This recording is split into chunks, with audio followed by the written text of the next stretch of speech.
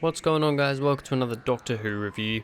Today I'm going to be reviewing the 2021 New Year's special, Revolution of the Daleks. Yes, it is another brand new Doctor Who episode. We've finally got another one after a bit of a wait since the Timeless Children, the whole of Series 12, but we've now had Revolution of the Daleks. I actually watched it a bit early because I'm in Australia. It's actually on tonight, but I watched it on ABC iView, and yeah, thought I'd do it earlier so then I could just get this video out.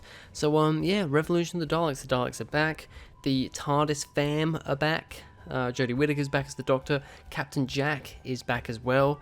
So yeah, as usual with these reviews, there will be spoilers in this video. So if you haven't watched the episode already, if you don't want any spoilers, do not watch this. Come and watch it after you've watched it. Yeah, let's get started with the cast. So, Jodie Whittaker as the 13th Doctor. What do I think of her here?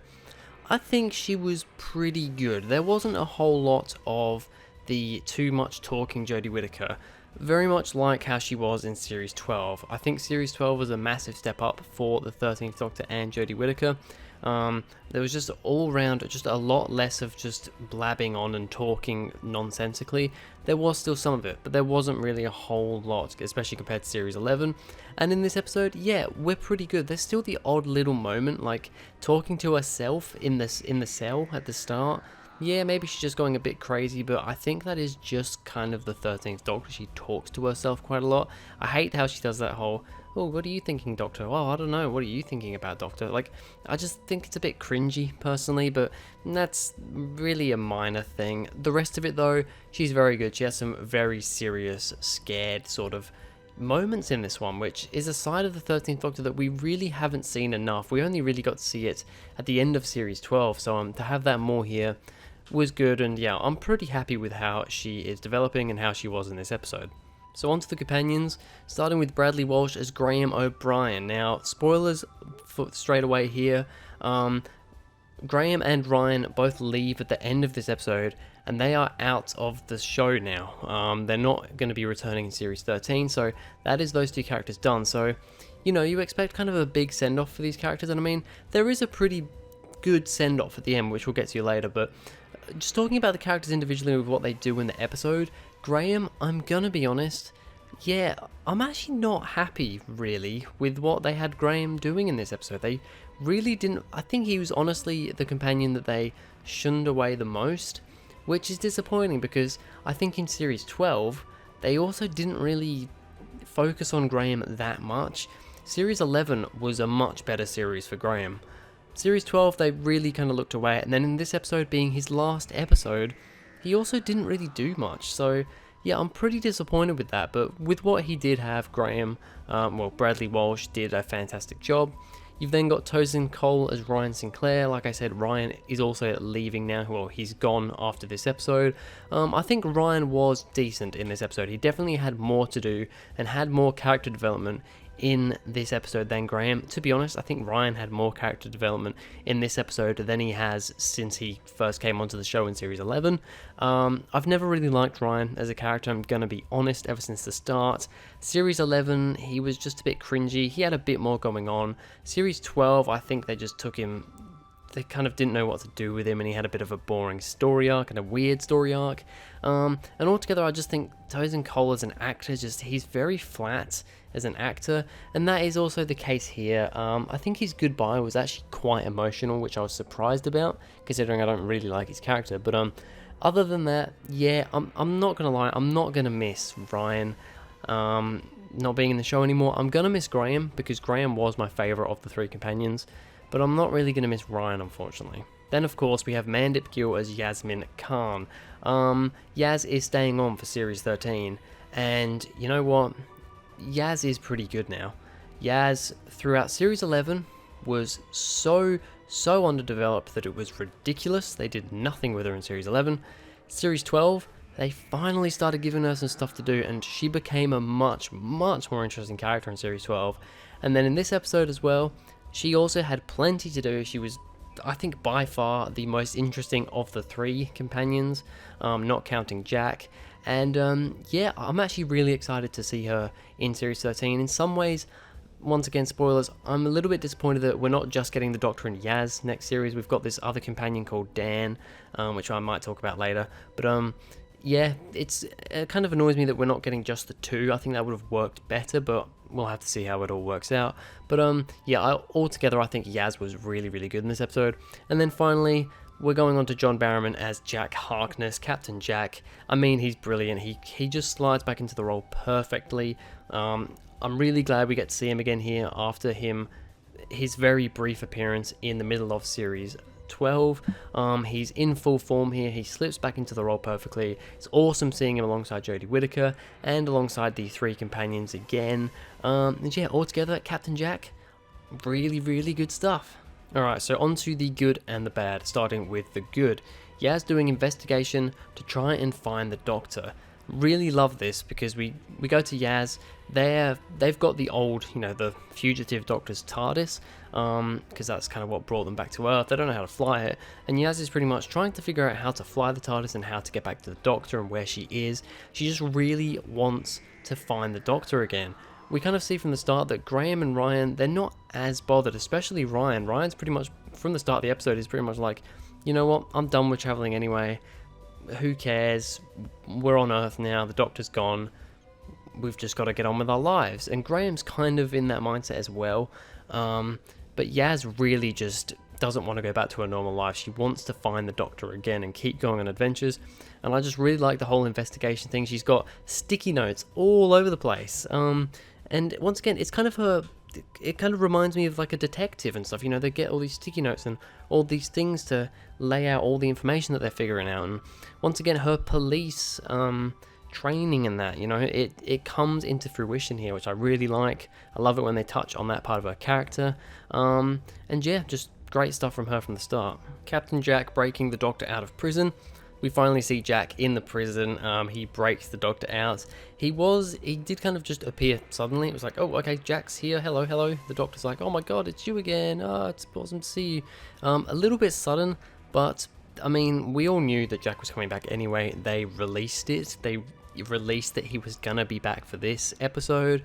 Also, with him being in an episode in series 12 as well. You didn't really need a big, massive introduction for him again. So I think with how it went pretty good, and the whole kind of breaking him out of the prison scene was good. Something I didn't actually mention was, all the different villains, monsters in the prison I thought was cool. You had the Weeping Angel, you had Ood in there, you had the Pating, which was fine, I guess. But yeah, some pretty funny stuff there. Jack talking to Yaz about travelling with the Doctor. Really, really awesome scene here when, he's talking to Yaz and he's like, the Doctor just kind of, leaves you at some point. It's what happens. I've had it happen to myself. And, just that whole conversation between Jack and Yaz. I'm not even going to get started on that. That whole conversation between them two is brilliant. And you know what? This episode does really well, and it's something that I don't think the Chibnall era has done very well up until this point, is character communication like that. Most of the time it just feels cringy. This episode, it's done really well, and it happens here and it happens later on as well, which we will get to. Actually, we'll get to it straight away with my next point. The Doctor and Ryan talking about their lives and change. So, Ryan's wanting to ask the Doctor what happened to her on Gallifrey with the Master, with everything. She doesn't really want to tell him, but then he's like, no, we've got to do this. I think he's a little bit pushy, and I think that's one of my main issues with Ryan in this episode. He's a bit aggressive and a bit too pushy. Don't really like that part of him here, but the Doctor finally kind of opens up to him and tells him what happened, and she's like, so I guess I haven't really changed anyway, and all this stuff. And then Ryan actually delivers some really good little moments, some really good lines. And just that whole moment with the Doctor and Ryan, it's a really good moment. It's an emotional moment with Ryan that works for me. And that's interesting because usually Ryan is the worst at emotional moments just being cringy, but here, works really well. The Doctor calling in real Daleks to destroy the new mutated Daleks, thought that was pretty interesting thing to go for. But yeah, I quite liked it as a concept. We got to see the iron, the bronze Daleks again, which was awesome, and they came and destroyed the other Daleks. Yes, it was kind of just almost kind of a repeat of like Remembrance of the Daleks, when you had the two different Dalek factions, the Imperials and the, I can't remember what the other ones were called, Renegade Daleks, was it? I can't remember. But yeah, cool to see that. Yes, kind of been done before, but yeah, I think it still worked. The Doctor using the other TARDIS to trick the Daleks. I was very confused when the Doctor got the Daleks to all fly into the TARDIS. I was like, what is she doing here? I don't understand what's happening. But then I understood, and I was like, you know what? That's actually pretty smart. I quite like that as a little, little bit of the plot there. I thought that was quite clever to use the other TARDIS in that way. And then finally, for my good moments, Ryan and Graham leaving is actually really sad. Now, I'm not going to lie, like I said before, don't really like Ryan, but when he was saying his goodbyes, I was a little bit, I was jerking up a little bit, not too much with Ryan, but I was like, you know what, this is actually really well done, and with the moment he had with the Doctor earlier, really emphasised that, and honestly, it's one of the best parts of this episode, the conversations, and that's a crazy thing for me to say with this era, because usually they're done really bad, but here, no, they're actually done really well. So yeah, it was fairly sad actually for me with Ryan's goodbye, but then Graham's goodbye. Oh my god, I seriously almost started tearing up. I was so close to tearing up with Graham's departure. He pretty much did nothing for the whole episode, but just the way, I mean, he was tearing up. He was actually crying at one point, and it was like, oh my god, I feel so sad, and because Graham didn't actually want to leave, but he's like, do I choose exploring the universe, or do I want to see my grandson grow up? And he decided to go with his grandson, and that's just, it's just such a beautiful moment. I really, really think that was such a cool end. Such a good end. Sad, but also really happy for Graham and Ryan. And yeah, I actually really liked that end. So on to the bad. Honestly, not really a lot to talk about here. The thing I have written down is that, does everyone just forget about past encounters on Earth with the Daleks? And I mean, to be honest, I can't really go on at this episode, or Chris Chibnall's era for this, because it's a thing that has kind of happened throughout, from the very first Dalek episode, or at least from when they first came to Earth. People just kind of seem to forget about them. They come and invade again, and people are like, what are these Dalek things? Oh, I don't know what a Dalek is. They just kind of seem to forget about them, and I just really think it's, I don't know why they do it, but yeah, I don't know. It just, it puts me off a little bit, but at the same time, I can't really fault this episode for it, because it pretty much happens in every episode where the Daleks return to Earth. They seem to be not remembered by anyone.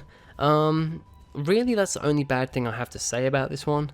There's a lot of good stuff here, and the pacing is a lot better than a lot of other Chibnall era episodes.